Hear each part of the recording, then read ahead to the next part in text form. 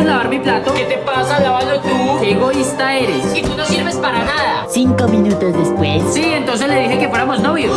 No te puedo creer. Eso te quería contar, hermana. Tráeme más platos para seguir chismeando. ¿Por qué desordenas mi habitación todo el tiempo? Porque quiero. Lárgate, no te quiero ver.